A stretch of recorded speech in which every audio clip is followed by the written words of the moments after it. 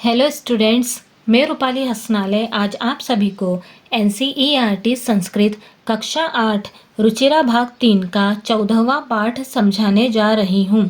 तो आइए 14वें पाठ का हिंदी अनुवाद के साथ अध्ययन करते हैं। चतुर्दशः पाठः। इस पाठ का नाम है आर्यभट्टः। बच्चों, भारतवर्ष की अमूल्य निधि है ज्ञान विज्ञान की सुदीर्घ परंपरा। इस परंपरा को संपोषित किया प्रबुद्ध मनीषियों ने। इन्हीं मनीषियों में अग्रगण्य थे आर्यभट्ट। दशमलव पद्धति आदि के प्रारंभिक प्रयोक्ता आर्यभट्ट ने गणित को नई दिशा दी। इन्हें एवं इनके प्रवर्तित सिद्धांतों को तत्कालीन रूढ़िवादियों का विरोध झेलना पड़ा। वस्तुतः गणित को विज्ञान बनाने वाले तथा गणितीय गणना पद्धति के द्वारा आकाशीय पिंडों की गति का प्रवर्तन करने वाले ये प्रथम आचार्य थे। आचार्य आर्यभट्ट के इसी वेदिष्य का उद्घाटन प्रस्तुत पाठ में है। अब हम सबसे पहले शब्दार्थ पढ़ेंगे, उसके बाद में पाठ को अच्छे से समझेंगे। लोके मतलब संसार में, अवबोध्यम मतलब समझने योग्य, जानने योग्य, जानना चाहिए। अचलः मतलब स्थिर या गतिहीन, चला मतलब अस्थिर या गतिशील, स्वकीय मतलब अपने, अक्षय मतलब धुरी पर, घूर्णति मतलब घूमती है, सुस्थापितः मतलब भली भांति स्थापित, प्राथम्येन मतलब सर्वप्रथम, ज्योतिर्विद मतलब ज्योतिषी, रूढ़ि मतलब प्रचलित प्रथा या रिवाज, प्रत्यादिष्टा प्रत्यादिष्टा प्रति धन आदिष्टा से मिलकर बना हुआ है, इसका मतलब होता है खंडन किया। ख्रिस्ताब्दे ख्रिस्ताब्दे ख्रिस्त धन अब्दे से मिलकर बना हुआ है, इसका मतलब होता है ईस्वी में। षट सप्तति ही मतलब 76, वयसी मतलब आयु में, अवस्था में या उम्र में। निकषा मतलब निकट, वेधशाला मतलब ग्रह नक्षत्रों को जानने की प्रयोगशाला, आकलनम मतलब गणना, आदधाति मतलब रखता है, भ्रमत्याः मतलब घूमने वाली की, घूमती हुई की, छायापातेन मतलब छाया पड़ने से, अवरुध्यते मतलब रुक जाता है, अपरत्र मतलब दूसरी ओर, अवस्थितः मतलब स्थित, विश्वसिति स्म मतलब विश्वास करता था, प्रतिरोधस्य मतलब रोकने का, पंडितम मन्यानाम मतलब स्वयं को भारी विद्वान मानने वालों का, कालातिगामिनी मतलब समय को लांघने वाली। अब ध्यान से सुनना और समझना। पूर्व दिशायाम मतलब पूर्व दिशा में, उदेति उदय होता है, सूर्य सूर्य, पश्चिम दिशायाम पश्चिम दिशा में, च और अस्तम गच्छति अस्त होता है, इति ऐसा, दृश्यते दिखाई देता है, ही निश्चय ही, लोके संसार में। सूर्य पूर्व दिशा में उदय होता है और पश्चिम दिशा में अस्त होता है, ऐसा निश्चय ही संसार में दिखाई देता है। परम परंतु, न नहीं, अनेन इससे, अवबोध्यमस्ति समझना चाहिए, यत सूर्यो कि सूर्य गतिशील इति गतिशील है, परंतु इससे यह नहीं समझना चाहिए कि सूर्य गतिशील है। सूर्योचलः सूर्य स्थिर है, सूर्योचलः सूर्यः धन अचलः से मिलकर बना हुआ है, इसका मतलब होता है सूर्य स्थिर है। पृथ्वी च चला पृथ्वी और गतिशील है, या जो स्वकीय अपने, अक्षय अक्ष पर, घूर्णति घूमती है, इति यह सांप्रतम इस समय, सुस्थापितः भली भांति स्थापित, सिद्धांतः सिद्धांत है। सूर्य स्थिर है और पृथ्वी गतिशील है, जो अपने अक्ष पर घूमती है। यह इस समय भली भांति स्थापित सिद्धांत है। सिद्धांतोऽयं, सिद्धांतः धन अयम से मिलकर बना हुआ है। इसका मतलब होता है यह सिद्धांत प्राथम्येन मतलब सर्वप्रथम अर्थात पहली बार, येन जिनके द्वारा प्रवर्तितः प्रारंभ किया गया, स वह आसीत् थे महान गणितज्ञः, महान गणितज्ञ अर्थात गणित के ज्ञाता, ज्योतिर्विच्च आर्यभट्टः। ज्योतिर्विच्च ज्योतिर्विद धन च से मिलकर बना हुआ है। ज्योतिर्विद का मतलब ज्योतिषी, च का मतलब और। आर्यभट्टः आर्यभट्ट। यह सिद्धांत सर्वप्रथम जिनके द्वारा प्रारंभ किया गया वह थे महान गणितज्ञ और ज्योतिषी आर्यभट्ट। पृथ्वी स्थिरा वर्तते, पृथ्वी स्थिर है। इति परंपराया प्रचलिता रूढ़िः तेन प्रत्यादिष्टा। परंपरा से प्रचलिता चली आ रही रूढ़ी ही प्रथा का अर्थात धारणा का, तेन उनके द्वारा, किनके द्वारा? आर्यभट्ट के द्वारा, प्रत्यादिष्टा खंडन किया गया। पृथ्वी स्थिर है, परंपरा से चली आ रही इस प्रथा का उनके द्वारा खंडन किया। तेन उदाहरितम उनके द्वारा उदाहरण दिया गया। किनके द्वारा उदाहरण दिया गया? आर्यभट्ट के द्वारा उदाहरण दिया गया।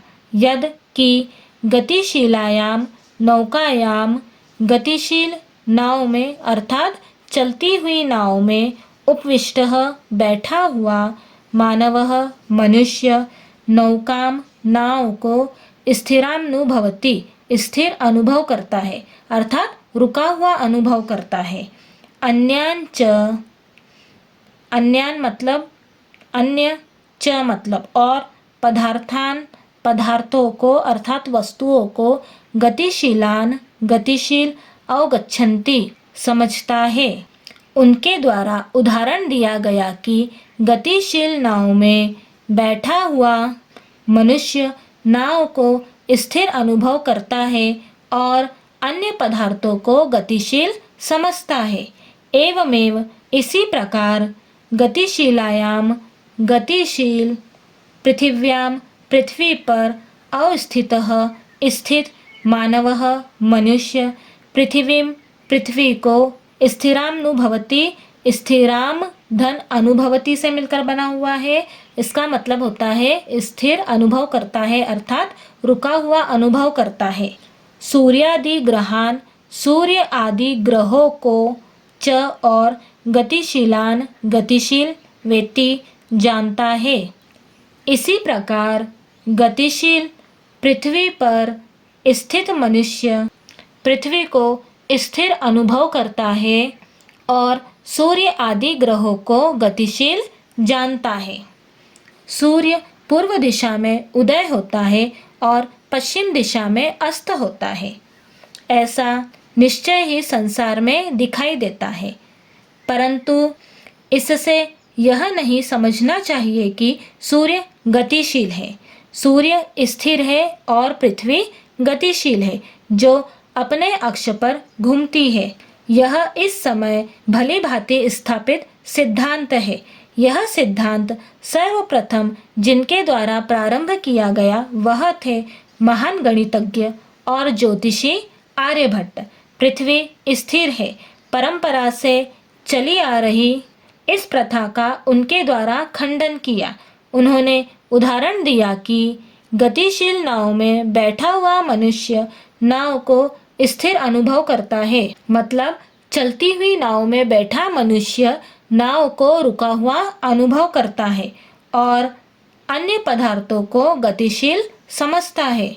इस प्रकार गतिशील पृथ्वी पर स्थित मनुष्य पृथ्वी को स्थिर अनुभव करता है और सूर्य आदि ग्रहों को गतिशील जानता है। ठीक इतना आया आप लोगों को समझ में। अब आगे देखिए। षट्सप्तत्यधिक चतुःशततमे ख्रीस्ताब्दे आर्यभट्टः जन्म लब्धवानिति।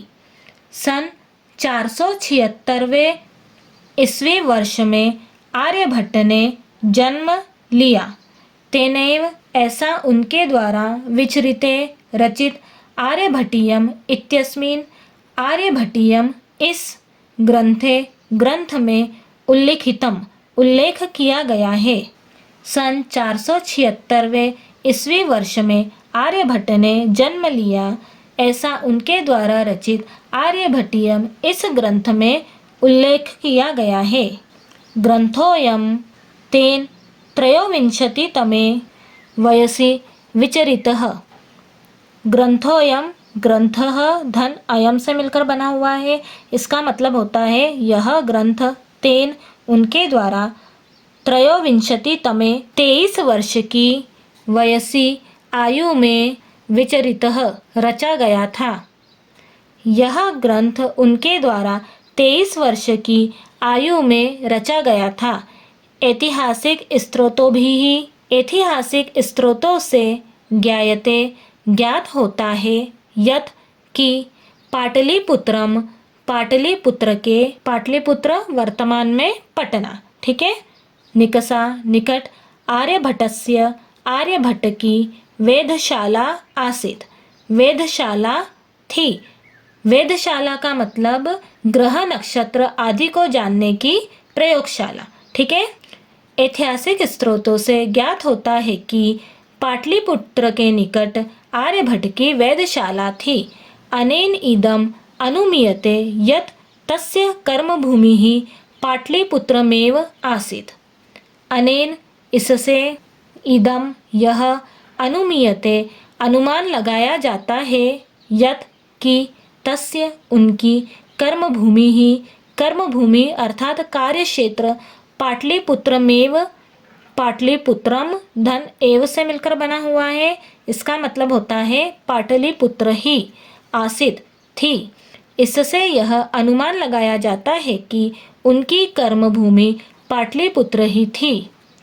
सन 476वें ईस्वी वर्ष में आर्यभट्ट ने जन्म लिया, ऐसा उनके द्वारा रचित आर्यभटीयम इस ग्रंथ में उल्लेख किया गया है।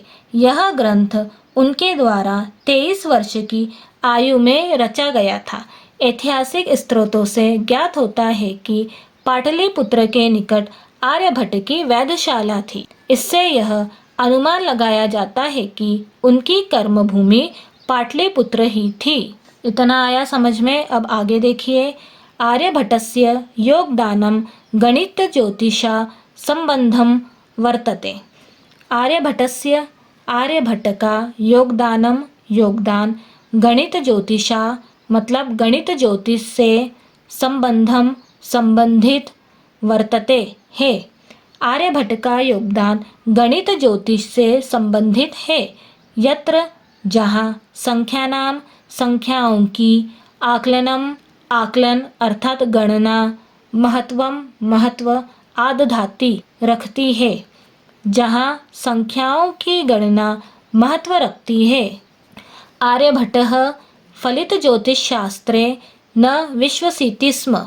आर्यभट्ट फलित ज्योतिषशास्त्रे मतलब फलित ज्योतिष शास्त्र में नहीं विश्वसिति स्म विश्वास करते थे।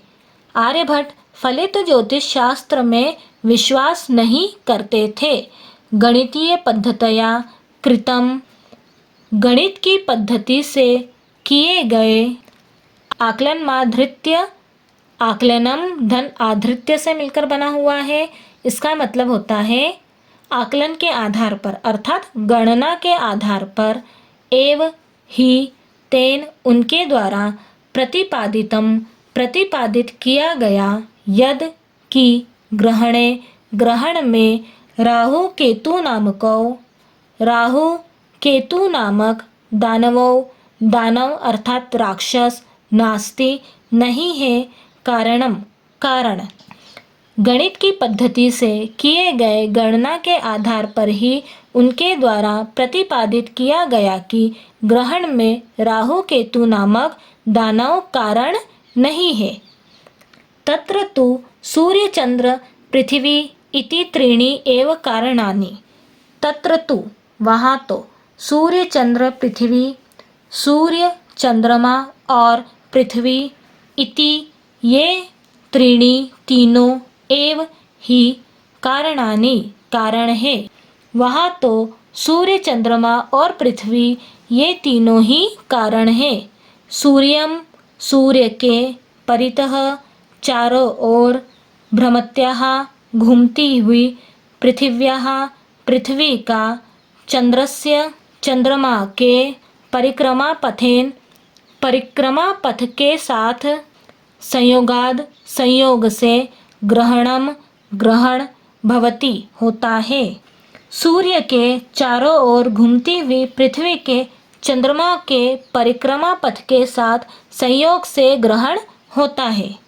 यदा जब पृथ्वी की छायापातेन छाया पड़ने से चंद्र का प्रकाश अवरुध्यते रुक जाता है, तब चंद्र ग्रहण भवति होता है। जब पृथ्वी की छाया पड़ने से चंद्र का प्रकाश रुक जाता है तब चंद्र ग्रहण होता है। तथैव उसी प्रकार पृथ्वी और सूर्य के मध्य बीच में समागतस्य आए हुए चंद्रमा की छायापातेन छाया पड़ने से सूर्य ग्रहण दृश्यते दिखाई देता है। उसी प्रकार पृथ्वी और सूर्य के बीच में आए हुए चंद्रमा की छाया पड़ने से सूर्य ग्रहण दिखाई देता है। आर्यभट्ट का योगदान गणित ज्योतिष से संबंधित है, जहाँ संख्याओं की गणना महत्व रखती है। आर्यभट्ट फलित ज्योतिष शास्त्र में विश्वास नहीं करते थे। गणित की पद्धति से किए गए आकलन के आधार पर ही उनके द्वारा प्रतिपादित किया गया कि ग्रहण में राहु केतु नामक दानव कारण नहीं है। वहाँ तो सूर्य, चंद्रमा और पृथ्वी ये तीनों ही कारण हैं। सूर्य के चारों ओर घूमती हुई पृथ्वी का चंद्रमा के परिक्रमा पथ के साथ संयोग से ग्रहण होता है। जब पृथ्वी की छाया पड़ने से चंद्रमा का प्रकाश रुक जाता है तब चंद्र ग्रहण होता है।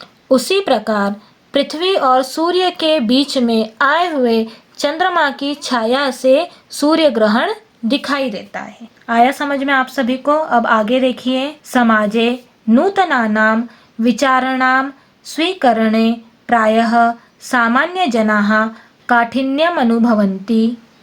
समाज में नूतनानां नए विचारों के स्वीकार करने में प्रायः सामान्य लोग काठिन्यम अनुभवन्ति कठिनाई का अनुभव करते हैं। समाज में नए विचारों के स्वीकार करने में प्रायः सामान्य लोग कठिनाई का अनुभव करते हैं। भारतीय ज्योतिषशास्त्रे तथैव आर्यभट्टस्यापि विरोधः अभवत्। भारतीय ज्योतिषशास्त्रे मतलब भारतीय ज्योतिष शास्त्र में तथैव उसी प्रकार आर्यभट्टस्यापि, आर्यभट्टस्य धन अपि से मिलकर बना हुआ है, इसका मतलब होता है आर्यभट्ट का भी। विरोध अभवत् हुआ। भारतीय ज्योतिष शास्त्र में उसी प्रकार आर्यभट्ट का भी विरोध हुआ। तस्य सिद्धांताः उपेक्षिताः। तस्य उनके सिद्धांतों की उपेक्षा की गई, मतलब आर्यभट्ट के सिद्धांत नहीं माने गए। वह कौन? आर्यभट्ट। पंडितम मन्यानाम अपने आप को विद्वान मानने वाले लोगों के उपहास का पात्र अर्थात मजाक का पात्र जातः बने। वह अपने आप को महान विद्वान मानने वाले लोगों के उपहास का पात्र बने। पुनरपि तस्य दृष्टिः कालातिगामिनी दृष्टा। पुनरपि, पुनः धन अपि से मिलकर बना हुआ है, इसका मतलब होता है फिर भी। तस्य उनकी दृष्टि कालातिगामिनी, काल धन अतिगामिनी से मिलकर बना हुआ है, इसका मतलब होता है समय को लांघने वाली। दृष्टा देखी गई। फिर भी उनकी दृष्टि समय को लांघने वाली देखी गई। आधुनिकैः वैज्ञानिकैः तस्मिन् तस्य च सिद्धान्ते समादरः प्रकटितः। आधुनिकैः वैज्ञानिकैः मतलब आधुनिक वैज्ञानिकों के द्वारा तस्मिन् उनमें, तस्य उनके, च और सिद्धांते सिद्धांतों में, समादरः आदर अर्थात विश्वास, प्रकटितः प्रकट किया। आधुनिक वैज्ञानिकों के द्वारा उनमें और उनके सिद्धांतों में आदर प्रकट किया गया। अस्मादेव कारणात् अस्माकं प्रथमोपग्रहस्य नाम आर्यभट्ट इति कृतम्। अस्मादेव अस्मात् धन एव से मिलकर बना हुआ है, इसी कारण से ही अस्माकं हमारे प्रथमोपग्रहस्य, प्रथम धन उपग्रहस्य से मिलकर बना हुआ है। प्रथम का मतलब पहला, उपग्रहस्य का मतलब उपग्रह का, पहले उपग्रह का नाम आर्यभट्ट इति कृतम्, आर्यभट्ट यह रखा गया। इसी कारण से ही हमारे पहले उपग्रह का नाम आर्यभट्ट यह रखा गया।